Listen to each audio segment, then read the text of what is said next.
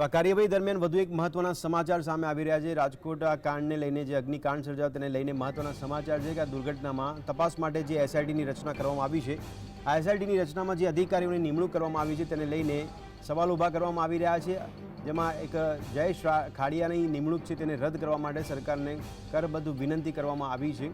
Bing Besant ફાઉન્ડેશનના સ્થાપક છે મિલિંદ શાહ કે જેમના દ્વારા સરકારને કરબદ્ધ વિનંતી કરવામાં આવી છે। તેમણે જણાવ્યું છે કે જયેશ ખાડિયા છે તેમની નિમણૂકને ગેર નિમણૂક જાહેર કરવામાં આવે।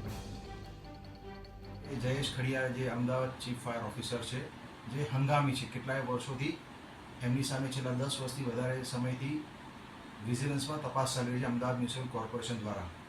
બોગસ સર્ટિફિકેટના મામલે એ ફાયર ડિપાર્ટમેન્ટમાં એન્ટર થયા છે એવો એમની સામે આરોપ છે અને આ આરોપના અંતર્ગત છેલ્લા 10 વર્ષથી પણ વધારે સમયથી એમની સામે તપાસ ચાલી રહી છે।